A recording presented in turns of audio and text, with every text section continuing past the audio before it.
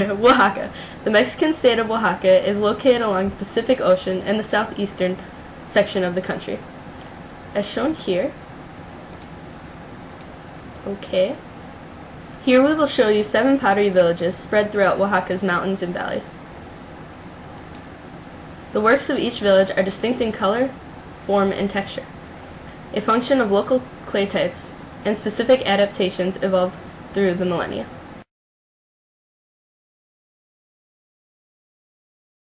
San Marcos is a very traditional Zapotec village. San Marcos' pots are made with a tan clay that is finished with a colored slip. Then that's a mixture of water and a very fine iron-rich clay. The surface is then polished with a smooth stone, giving it its shiny red finish as shown here. The pots are often contain tiny flecks of what appears to be gold. This is mica, which is often known as fool's gold. In San Marcos, you will be told that this is gold, and the price of the pots will vary accordingly.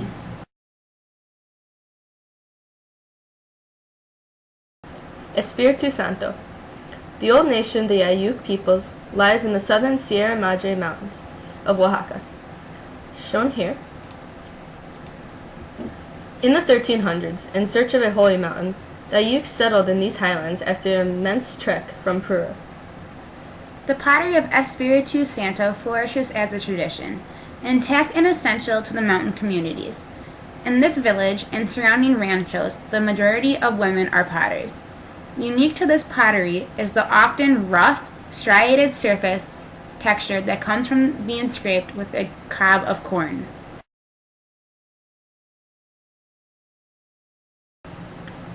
Tabehua. The village of Tabehua is home to the Serranos, the Zapotec mountain people. The pottery is created in 2 small villages carved and hammered into the sides of the Sierra Madre mountain. Here it is the old women of the village that carry on the pottery traditions. Their daughters and their granddaughters have found paths that have led them away from the mountain lives. The old women have youth shown throughout their spirit and their pottery. The pottery is creative and playful. They have built fat, smiling pigs with floppy ears, goat-headed pitchers that spout out of their mouths, musical bands composed entirely of rabbits, and flower pots in the forms of turkeys, sheep, coyotes, and deer. Those who continue the pottery in Tabehua represent the last generation of ancient lineage of potters. In 10 or 15 years, there will be no potters left. Sadly, this foreshadows the future of other pottery villages as well. Clay is being replaced by plastic, and potters find their role models on television rather than in the community. They look for work more glamorous and modern than pottery, and more often than not, head for El Norte, the USA, hoping to find it there. Yohuela. Yohuela is a string of wood and adobe houses along a foothill creek, a tiny Zapotec village of potters and corn farmers. Almost all the 40 or so women there make pots. When the rainy season has passed and the corn is harvested, they work the clay, producing enough pottery to keep the surrounding village well stocked in cookware. Their pots are brushed with a dark stain made from broiled oak bark. At that moment, they are removed from the fire, giving them a rich, malted finish. The Yohuelan men who peddle the pottery from village to village with their loaded donkeys say that they stain their pots because people out there believe that the blacker the pot, the better fired it is.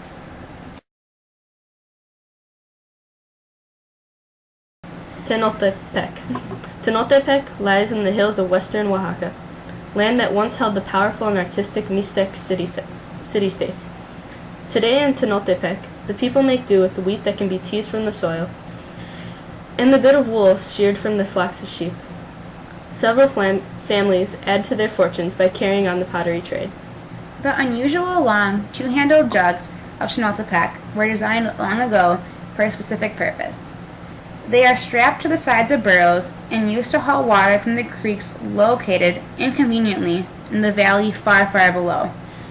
The sharp taper at the top and the narrow mouth ensure that a minimum of water will slop out during the trip back up the hills.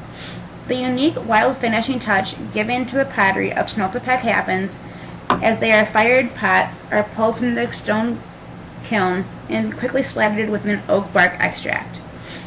The reason for this finish is unknown, but has been passed down for many traditions.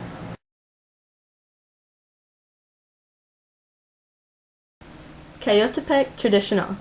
Since pre-Columbian times, the pottery of this village has been lightly polished for style and made black by reduction firing. But some 30 years ago, the pottery of Cayotepec began to undergo some drastic changes. It was found that if the pot was very finely stone polished and fired with less wood, at a lower temperature, it would turn black and shiny. The drawback is that when the pottery was fired at such low temperatures, it was very weak and breaks in contact with water. This defect is ironic because traditionally pottery of Cayotepec was specifically made to hold water and was the very best of the Oaxacan potteries for that purpose. Locals had no use for these changes, but it was soon found that such pots sold well to the tourists, who were becoming a lucrative market. And so, Cayotepec's pottery became known worldwide for its refined, shiny finish, if not for its water tightness. The pots are beautiful and functional. Pieces include jugs made for water storage, containers for washing corn kernels for tortillas, and pots made for extra handles for use of backcountry canteens.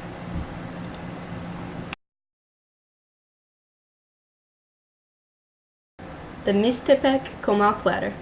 The comal is the most essential piece of pottery made in Oaxaca. The people of Oaxaca collect almost whatever clay they can find to make comals, for these comals are the platters upon which tortillas are cooked. The Mixtepec comals are the most beautiful in all of Oaxaca and probably in all the world. They are made extravagantly thin of a bright terracotta clay that is rubbed to a high sheen. They are fired, stacked like pancakes, each comal separated from one below by little piles of pine bark or sawdust.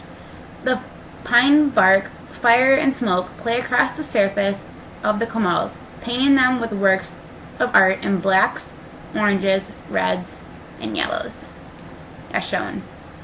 Here, there's a woman making tortillas.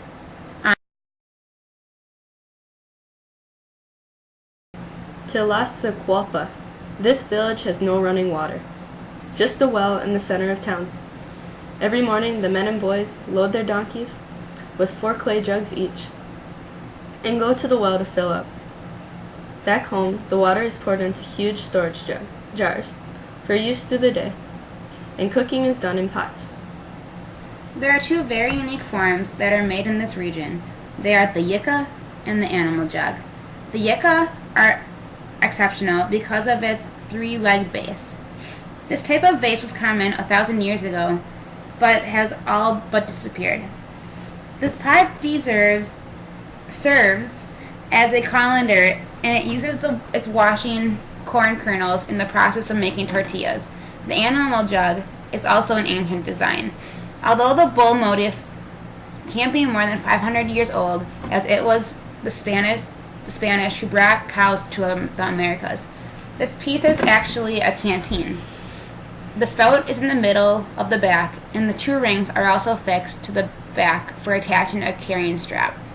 The fact that this village is located in the heart of the mountain region with no running water has been the fuel behind the pottery production here. When the pumps and pipes find their ways into the mountain, the pottery will start to fade away.